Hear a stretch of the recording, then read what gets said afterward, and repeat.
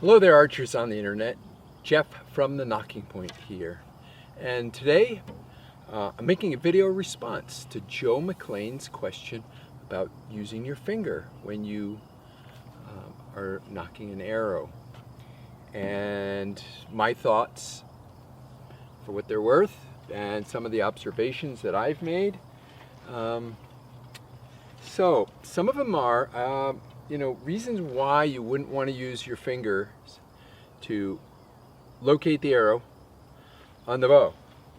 And the main reason for me, and it all depends on what type of an archer you are. If you're a target archer, for sure it's going to mess with your hand position. Learning how to put your hand in the correct position each time is critical, and moving your fingers around rotates your hand, and that's not beneficial to a target archer. At the end, we'll get to where I think it is beneficial to use your fingers. So messing with proper hand position is the first reason I wouldn't do it, or try not to do it. I probably do it at some times.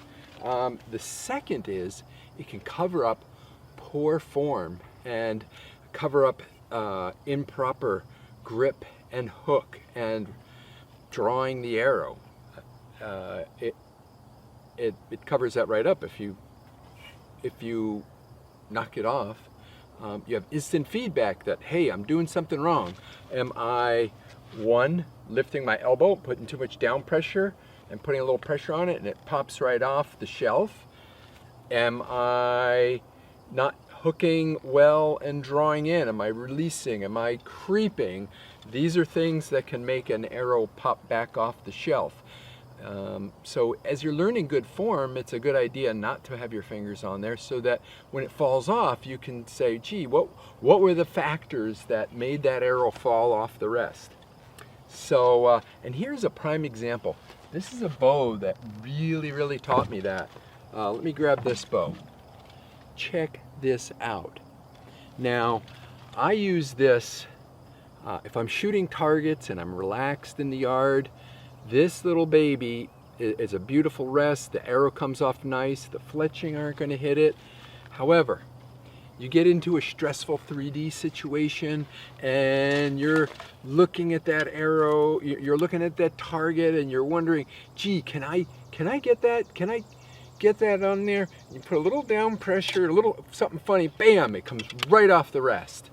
So that kind of started teaching me, hey, what am I doing here that's causing this arrow to fall off the rest? And I often found it high stress. Am I going to make this shot? High stress situation. Am I going to make this shot? And I'm drawing and I'm dropping the arrow off of it. So that makes you ask a question. When you're making your shot, what were you thinking? That's a whole nother subject. You'll have to go check out Joel Turner's videos for that. But that's an important part of his iron mind technique. What were you thinking? If you're worrying about all these other things, not your shot cycle, not what you know. But anyhow, back to the rest, back to the fingers. So that is one of the things that I noticed is when I had this bow, and that's just the coolest rest, isn't it? That almost nothing. Oh, can you see that? There's almost nothing there. Arrows come off this thing beautifully though when you draw. And again, you mess up anything in your draw, elbow too high, it's off there.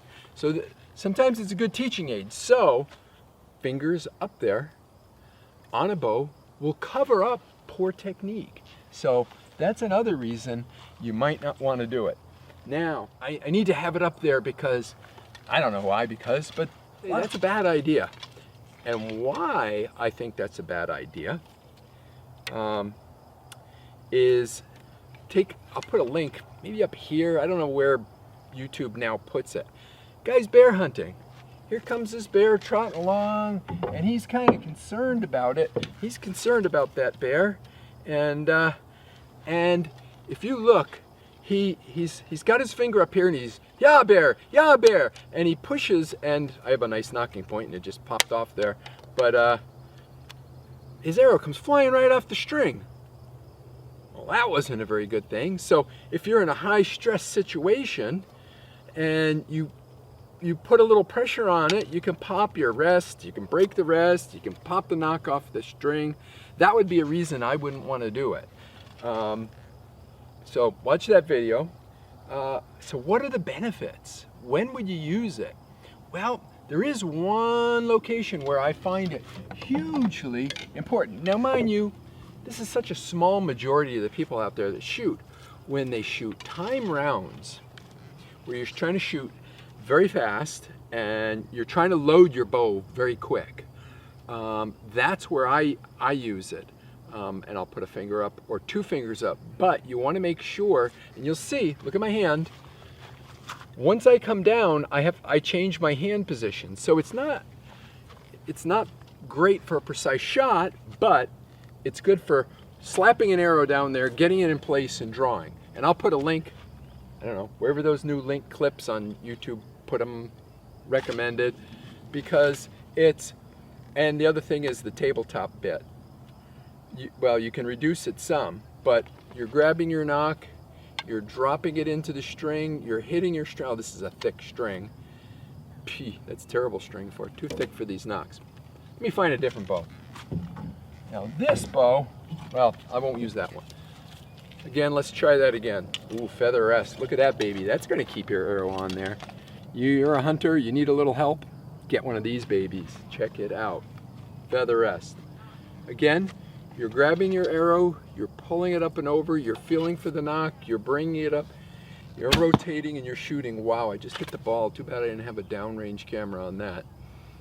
So it's a fluid motion, but you're slamming the arrow down there, so you want to catch it because it can bounce off. So that's the one place I see where it's beneficial to put a couple fingers up. And yeah, you have to reset your hand position, but you're just getting them out there as fast as possible. You're not going for that precision. Although there's some people that can do a pretty amazing job. So those are the few things that I think are reasons why you wouldn't want to put your fingers up there. If you do, don't sweat it. Just, I don't know, take this for what it's worth and play with it. It's all about learning. And again, you can see how the different bows I shoot are affected differently. They have different rests. Oh yeah, on Joe's YouTube channel, the comment, the one that I really liked was, I draw nice and smooth. I love this one. I draw nice and smooth so the nock doesn't come off, the arrow doesn't come off, so that I look like a professional. That's a great comment.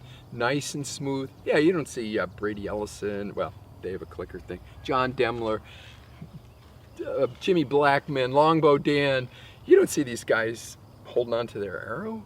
I don't know, look more professional, I guess. I don't know. Canting the bow thing. Because when I cant the bow, I tend to shoot a little bit to the left. Enjoy your archery. Have fun out there. Jeff from the Nocking Point out. Bye for now.